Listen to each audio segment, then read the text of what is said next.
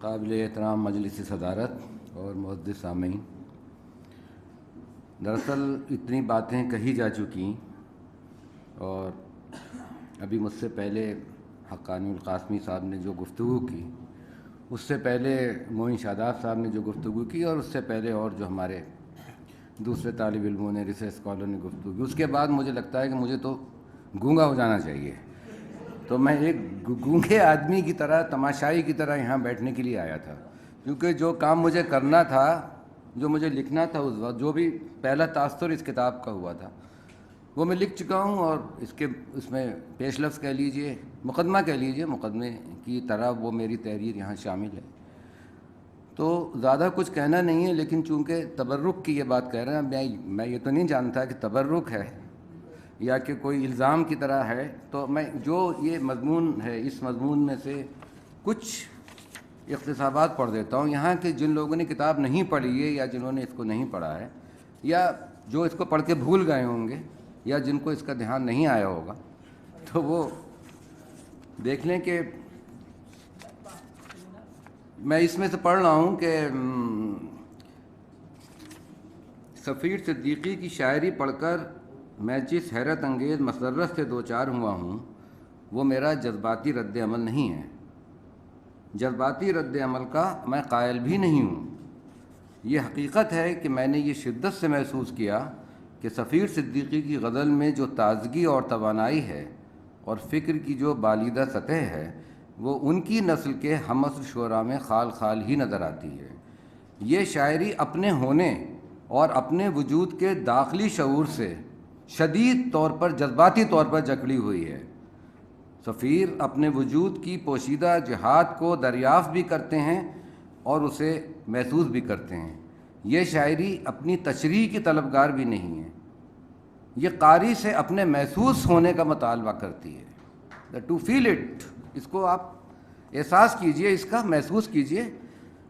اپنی تشریح کی طلبگار نہیں ہے، یہ قاری سے اپنے محسوس کرنے کا مطالبہ کرتی ہے، کیونکہ شاعری میں معنی سے زیادہ احساس کی اہمیت ہوتی ہے.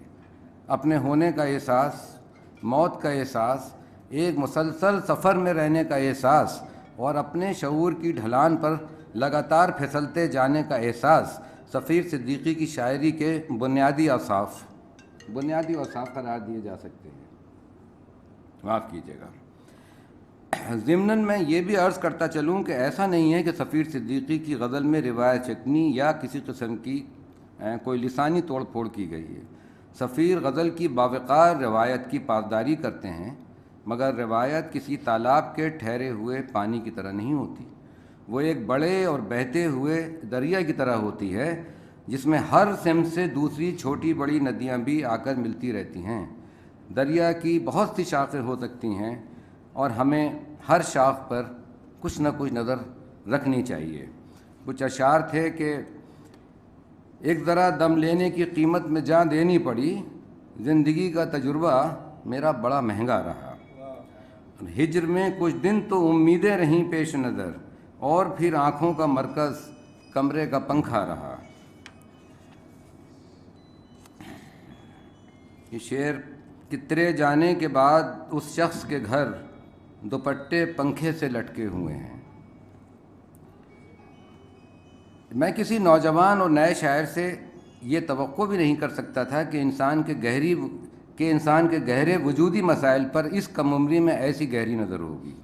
ان اشعار میں رسی اور پنکھے کے الفاظ کا جس انوکھے فنی اور تخلیقی انداز میں استعمال کیا گیا ہے، اس کی بھی داد دینی چاہیے. خودکشی کو محض ایک نرے خیال کی طرح ہی نہیں، بلکہ اس کے تمام تر ٹھوس لوازمات کے ساتھ سفیر صدیقی نے جس طرح غزل کی شاعری میں برتا ہے، وہ اس سے پہلے مجھے کہیں نظر نہیں آیا. سفیر صدیقی کی غزلوں کے تقریباً اس مستقل تھیم اور مزاج نے مجھے کہیں کہیں اس شاعری کو فکشن کی طرح پڑھنے پر بھی آمادہ کیا. جب داخلی طور پر اصناف کی حد بندیاں ٹوٹتی ہیں تو ایک بڑی تخلیق کے امکانات بھی پیدا ہوتے ہیں. برسبیل تذکرہ آج کل مغرب میں تو کافکا کو بھی ایک شاعر کی حیثیت سے بھی پڑھا جا رہا ہے. سفیر صدیقی کے مندرجہ بالا ہر شعر میں ایک کردار اور اس پر گزرنے والی واردات کے وجود کو آسانی کے ساتھ محسوس کیا جا سکتا ہے۔ ایسا لگتا ہے کہ جیسے ایک شخص یا کردار مرنے کی تیاری میں لگا ہوا ہے، جو رسی، پھندا، دوپٹہ، میز اور چھت کے پنکھوں کو ہمیشہ لالچ کی نظروں سے دیکھتا رہتا ہے۔ ہمیں نہیں معلوم کہ اس کی کیا وجہ ہے، ہم صرف وہ دیکھتے ہیں جو کہ اس کے لمحے موجود میں گزر رہا ہے۔ ممکن ہے کہ موت اور خودکشی اس کو صرف خواب میں اپنی طرف بلاتے ہوں۔ ممکن ہے کہ زندگی اس کے لیے خواب ہو اور موت اس کی تعبیر۔ التباس، وہم، خواب، حقیقت، موت، زندگی اور سفر سب مکھوٹے ہیں جو کہ ایک وسیع تر وجودی سچائی کے ادراک کے بنیادی عناصر بن گئے ہیں۔ یہی وہ مقام ہے جہاں اس پوری شاعری میں بطور کل ایک رمز پیدا ہو جاتا ہے، اور جس کے بغیر سچی شاعری ممکن نہیں۔ یہ نکتہ بھی قابل غور ہے کہ محض شعوری طور پر ہی انسان خودکشی کا ارادہ نہیں کرتا، بلکہ ہر انسان کے خوابوں کو اگر آپ ڈیکوڈ کریں تو بھی کبھی کبھی خود سے مر جانے کی خواہش کا اظہار بھی وہاں اکثر پایا جاتا ہے۔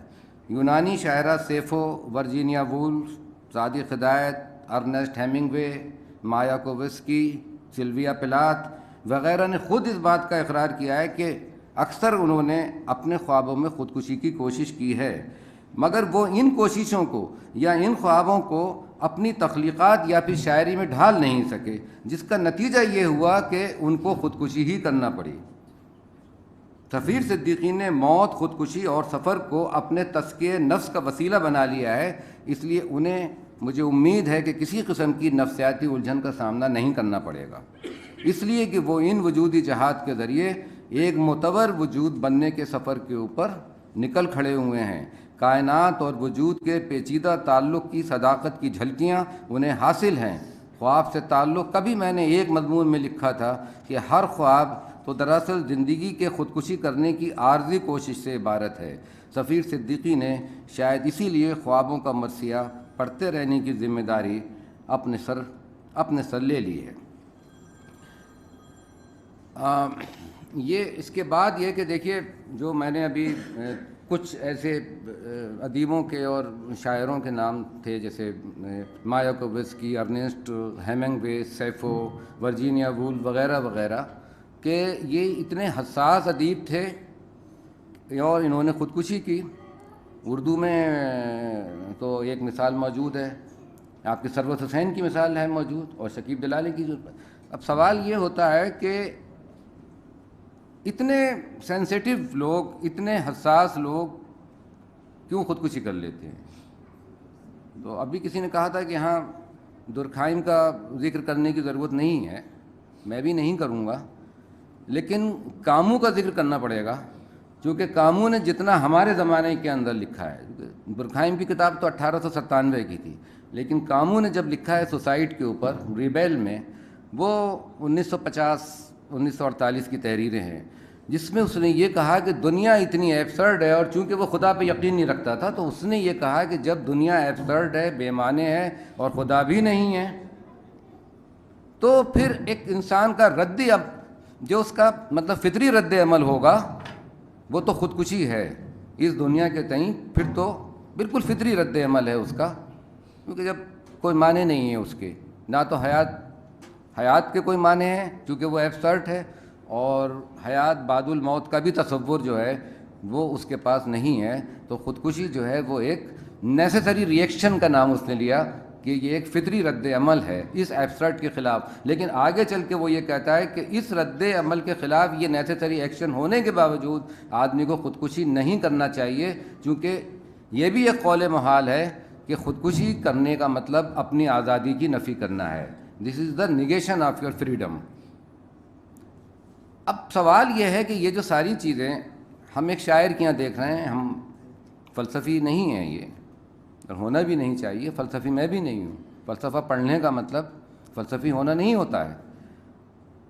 تو بات یہ ہے کہ یہ ہیں شاعر، اور کوئی ادیب یا کوئی شاعر جب مطلب کسی بھی امیج کو یا کسی کہنا چاہیے شے کو اپنے فن کے اندر اتارتا ہے، تو وہ چیز ہمیں انوکھی لگنے لگتی ہے.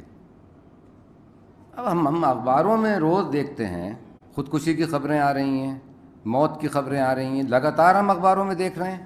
اور یہ کہ محلے کے اندر ہم دیکھ رہے ہیں موتوں کا سلسلہ ہے, اور قبرستان راستے میں پڑتا ہے, اور روز جاتے ہیں کہیں نہ کہیں جنازے میں شرکت کرنے.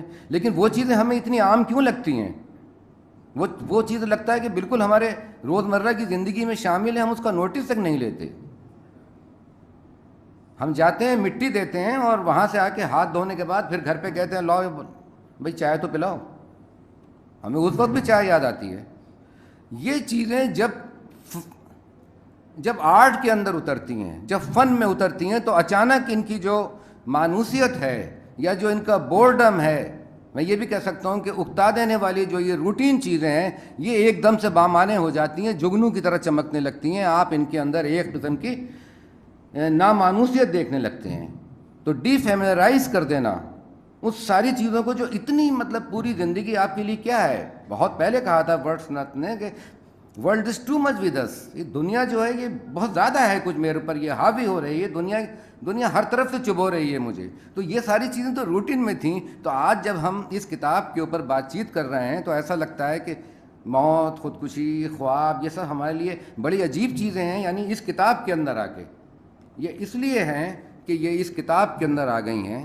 کتاب کی حقیقت اور شاعری کی حقیقت شاید جو یہ دنیا ہے اس کی حقیقت سے الگ ہے, اور ہم کو اسی کتاب کے اندر دیکھنا چاہیے.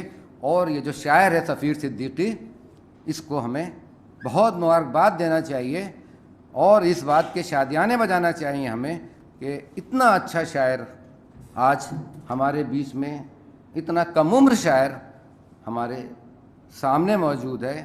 میں یہ نہیں کہوں گا کہ ابھر کر سامنے آیا ہے, ابھر کر کوئی چیز سامنے تو آتی نہیں ہے, ہم نے شاید اس کا انکشاف کیا ہے. بہت بہت